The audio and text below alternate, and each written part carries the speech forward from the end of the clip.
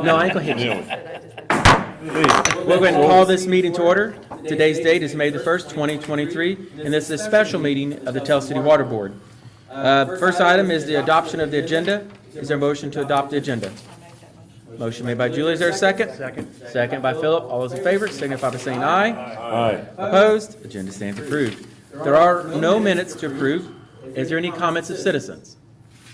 Seeing none, we'll move on. Brent's superintendent report and the financial report will kind of fall under the old and new business, so we're going to jump right down to the old business, the water asset management plan. You guys did receive a copy of this last Friday, I believe, in the email. Jeff has reviewed it.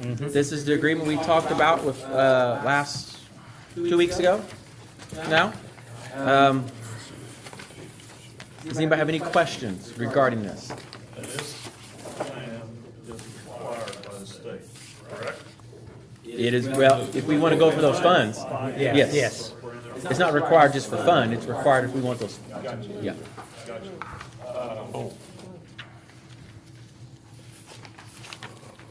I did have a question, it's not regarding this, but did we ever find out anything for sure about the hamburger roll situation?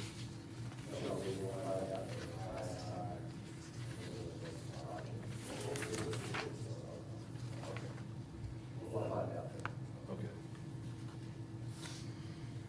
So, if there's no questions, is there any motions for this? Just, you have to have that plan if you're wanting to get funding from, what is The the state It's- revolving state? Yeah. fund, I think they call it, SRF, something like that. And we would want those funds to go after the grants for lead pipe replacement from the meter into their homes and then a little bit in their home somewhere. I forgot to a shut-off valve or something. Yeah, that's the goal. And there's a lot of mandates coming down, and we're trying to get ahead of the storm because we will be, if we would do something like this, we could be several steps ahead of other communities I and get the would- funding. I would bet dollars against dimes that this plan will be required in the future, regardless of whether you're doing it just for funds. So, Yeah, I would assume that bond rating agencies will probably require it. Yeah. so. Need a motion? I am, I do. I will make that motion. Okay. Motion made by Gary. Is there a second? Second. Seconded by Larry. Any further discussion still? Hearing none, we'll call for a vote. All those in favor signify by saying aye. Aye. Opposed? Motion carried.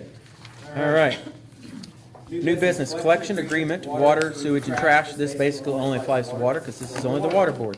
I know you guys cannot read this financial thing. I hope you could read it in your emails better than you couldn't. Oh, boy.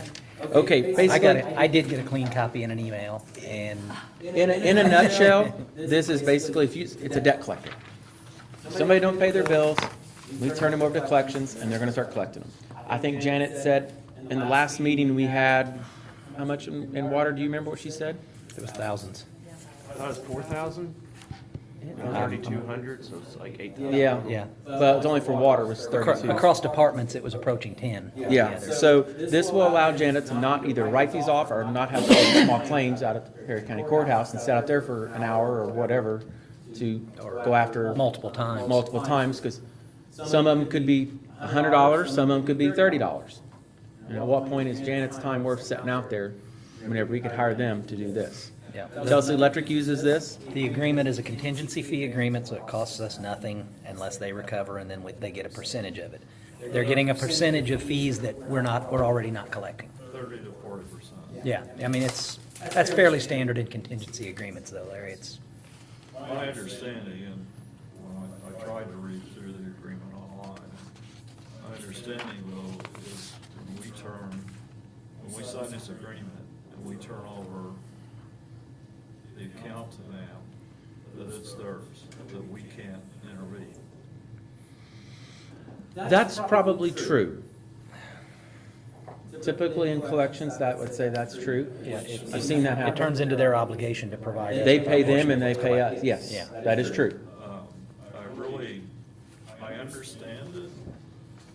I don't like it because it takes away the service part and turns them over to a collection agency. I understand really Oh, I just don't like collection agencies. Well, I don't disagree with you on a philosophical level. The problem from the office perspective here is, like I said, these are accounts that we're not collecting on.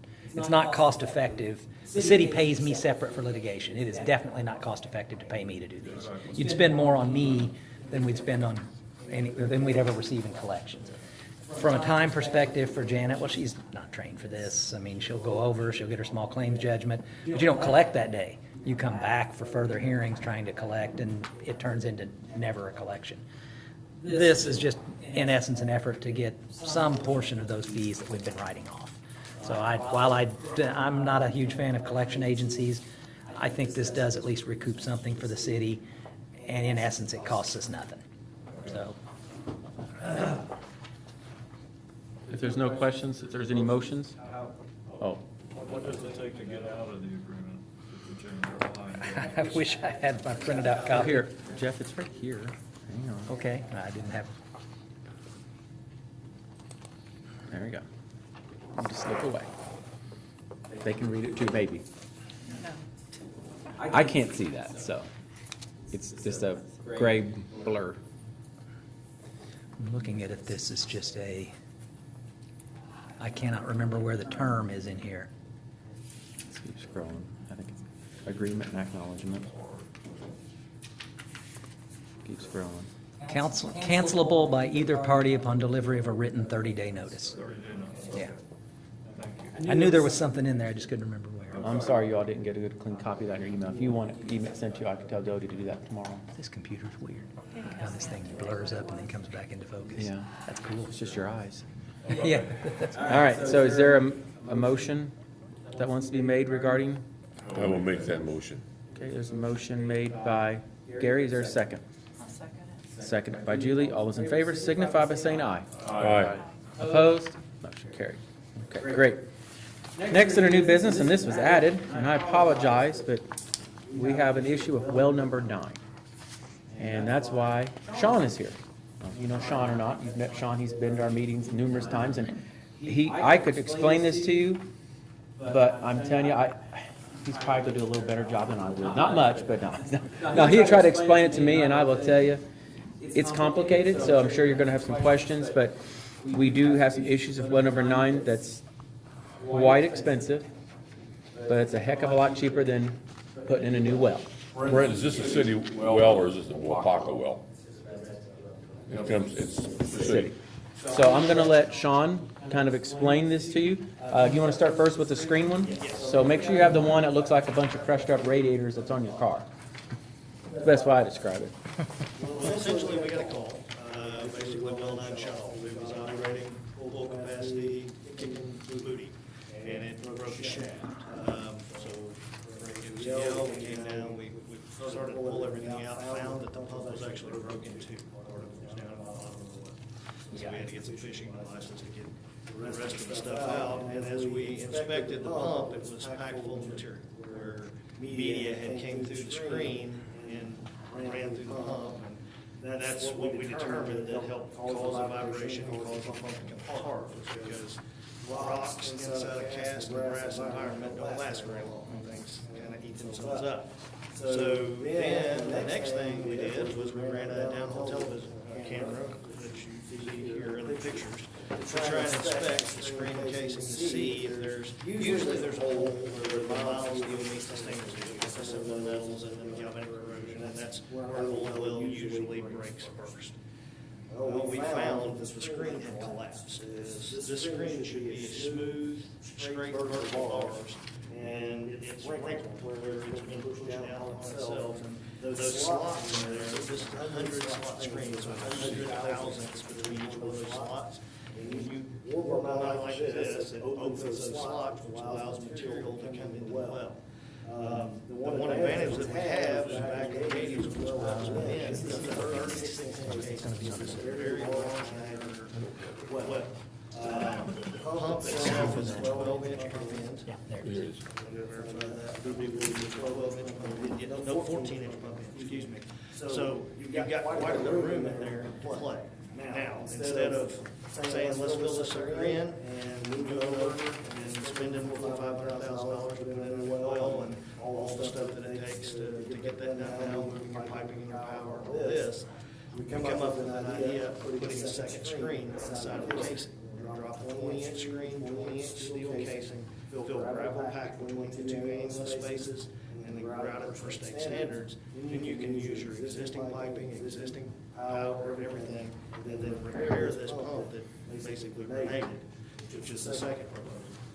And put it in there, and then it retains all your tower and everything. We'll do some construction on the bottom. I looked at it right today to try and address any subsidence. It's either subsidence or possibly the well structure itself was incorrectly designed when it was first put in, because they have a depth rating on the screens. You can buy a screen at 100-foot depth, 250-foot depth, and that's for the compression of the ground, because you get the force that pushes in on the screen. So something caused this to warp, and we have to fix that. So that's what the ladder does instead of drilling a new well. So the stainless steel screen has went up considerably. I've got everything itemized here, and there's materials and labor to fix the well, and that'll bring it, and you'll essentially not see anything any different other than you'll have a dual screen and there with gravel pack. And once that's done, then you come over and you fix the pump and bring it back to a like new state. The other proposal, which you can see picture in here, it actually bent bearing brackets where the pump was in well all the way around. You can see pieces missing out of the pelleters. That's all for efficiency. But this will replace the pump in, bring it to like new state, and then everything else. And then you can turn it right back on and go back to production. So Sean, what's out the door price? Lock, stock, and barrel, final cost, check written, pump running. I've got to include all that in there. I broke these two out separate because you would reuse this. If you move over to drill a well, you're gonna do this anyway. You're gonna reuse your pump, all the parts and pieces that you can. Your liner itself, with everything out the door for 66, 859. And then your pump, everything out the door, that's including pulling the pump, fishing, installation, and then labor, shop labor, materials to fix the pump. It's 47, 96, 88. So you're 114, 455, 88. And you can bring this well back to like. You say $114,455 and 48 cents? 88 cents. 88? Round off to 150. Okay. 114,000. 115,000. Always round high. Although you said 150, I go 115. Yeah, sorry. Well, here's the thing, there is a downfall, this is a mandate, okay? Let me explain that, which I know you guys right will get the heck out of. No, this is I can go important. into dissertation for days, and let me explain to you how it will go. I'll try and give a one-on-one as fast as I can. What they typically do, like with this one, it's 36-inch inner casing. So you'll drill a borehole into the unconsolidated formation, which is larger. Typically, you're gonna have anywhere from 7 to 16-inch gravel pack on the outside of your screen casing. So say it's 10 for easy math, that would be a 56-inch diameter hole was put into the ground. And they lower the screen casing, the refusal, and then you put your gravel pack between their annulus and you belt it out. You've got your static water level, whatever the water is non-pump level that's sitting in the ground. You stick your pump in that straw that you've put in there, you essentially get a cone of depression because you dewater the ground. And if it's designed correctly, and you have a 10th of a foot a second of entrance velocity into your screen, and I will go into all that if you want, you get a nice, easy, smooth cone of depression. If it is not, and it's designed with fast entrance velocities, you dewater just the immediate area, and the water speeds up.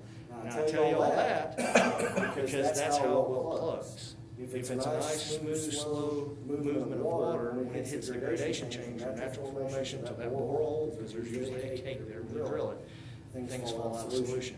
When the water slams into the screen, things fall out of solution just because of the natural bugs and things that are in the water, and then it exits the well. Typically, when they design screens, let's load an arbitrary number of 1,000 gallon minutes. That's what it's supposed to pump. You'll design your screen for double that because you never want your screen to be a bottleneck. So what will happen is year one, when you put in a new well, it'll start building up at the upper part of the screen because the water's gonna move fastest at the bellow of the pump. And it's not load balanced. So it'll build up here and it'll build up to the screen. Water follows the path of least resistance. It'll go around the blockage. Well, you slowly work down that screen and borehole until you hit that, you'll trend it and it'll fall on its face. So when I'm telling you all that, we're talking about putting another barrier, another screen, the gravel pack inside. So what that means is it'll take more force to clean the well. Now, this well, you guys pump the heck out of this well. The water quality's pretty good. We've not cleaned it a whole lot, I don't believe. I think this well is in the last 15, 20 years. We've probably touched it 2 or 3 times from memory.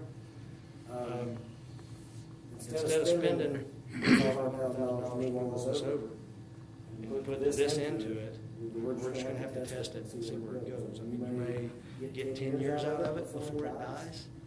We've actually, with the process we use now, the HVI, we've actually brought your well field the other way. We've touched all your wells in the well field, are all within 20% of the original capacity because we can actually build a lot of force if we need to clean the formation and screens. So we may put it in, we'll be able to test it. You may never know that this thing needs to be messed with other than the standard routine cleaning. You just kind of gotta, see. But for right now, that'll get you back going in 2 weeks, where a new well's gonna require permits. It's gonna be a lot of money and probably 2 to 3 months to get done. So, The new well would cost about what? 4 times. guessing around $400,000. 4 times. Because you gotta move your power, you gotta move your piping.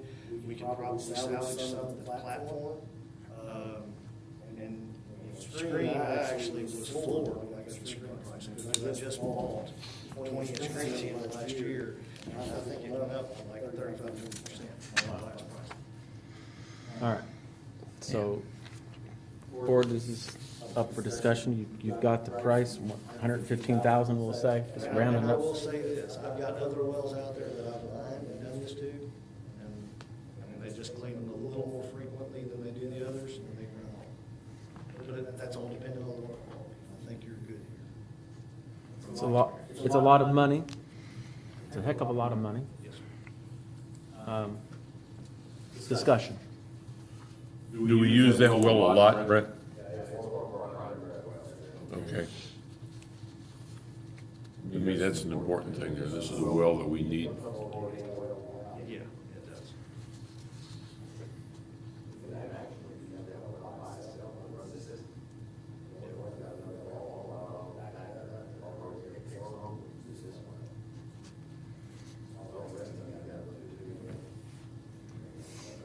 So it's a good producing well.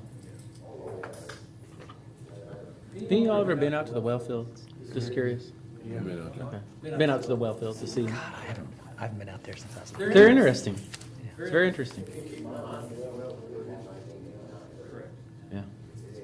It graduated with me. I graduated high school in '89. I've been beat up too. You're wore out too, aren't you? I know how it feels. So we get 10 or 15. And when you sure you know what you're gonna do. All right. So any other ideas? So What choice do we have? Build a new well or this? I mean, that's kind of your options. New well or fix this one. we might get 10 or 15 years out of this one if we. Or maybe more. I mean, it depends on how it responds. I mean, I can't stand here and guarantee you that it's gonna last as long as it was originally. This is a repair, but I can say from my experience, you've got good water quality. This is, and I always look at this as if it was my money, what would I spend? I sure as heck would throw the baby out with that. You've got a lot of infrastructure. I like it. Do you get down here about once a year to look at our wells? Yeah. So in other words, once we do, if we decide to do this, that's something you will check sort of. Yearly, and the guys do it, I think monthly, or if not more than that. I think you probably do it weekly, inspect the wells, and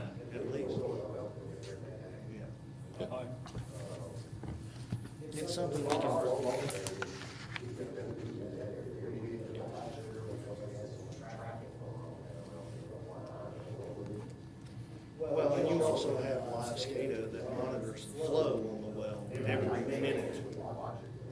But then when we come in and do flow testing, he lets us do it to check that, to physically overload it, to make sure that the meters aren't messing up or whatever. We use a weir to do that, and it's expensive.